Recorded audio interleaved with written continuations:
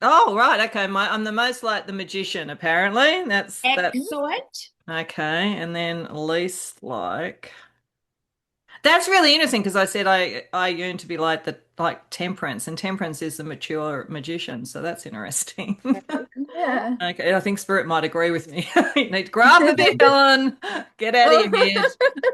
Or it's Okay. saying you're in the prime of your youth and you'll never be this young again, so Well, enjoy the that's true, but process. that's a bit sad given my actual age. But anyway, I don't think so. okay, and I think then it's fabulous. least like, let's see. Um, least, oh, that's it. Oh, this is very true. Least like the chariot. Like, I hate travel. I hate moving. I like to I hate stay in the one movement in place. general. Like, that's very, very practical and very true. But it's all about balance. I see myself as justice, right, which is kind of like the head does all the balancing. Temperance actually brings the heart in, and chariot gets it all balanced. So I think spirit agrees with me that I need to get into balance, but also maybe I need to get out more. That's what it's Let's not get too hasty. Jeez. That's kind of Yeah. funny. So, okay, well, that was it also made me think of another thing. I'm sorry, this is What? going in a particular direction, but it's just what's occurring. I read for some very interesting people who shall remain nameless, but they may well see theirs, and they'll recognize if they do.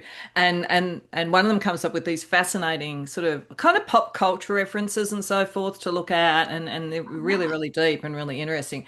And one that the person brought up was in the latest series of Wednesday. Apparently, there's like a concept of you are either a raven or a dove, and so a dove has its spiritual energy from the light primarily, and comes from the light and all that kind of. And then the raven comes not necessarily from darkness in a bad way, but from kind of like having dealt with a lot of stuff and having that kind of more, I guess, Saturnian way of looking at things or whatever. So I just thought it was really interesting because they wanted me to read around that, and it became a really interesting reading. So if you had to choose raven or dove, what would you choose? I'll go to you again, Ryan, first. Raven. Hmm. And in Taoism, there is a similar kind of concept, Uh-huh. similar, Yeah. in that people are either more yin or more yang. Oh, yeah. And so it breaks things down in that. And there's also the idea that if you're too yin, there are definitely times in your life where you're going to need to be more yang and vice versa.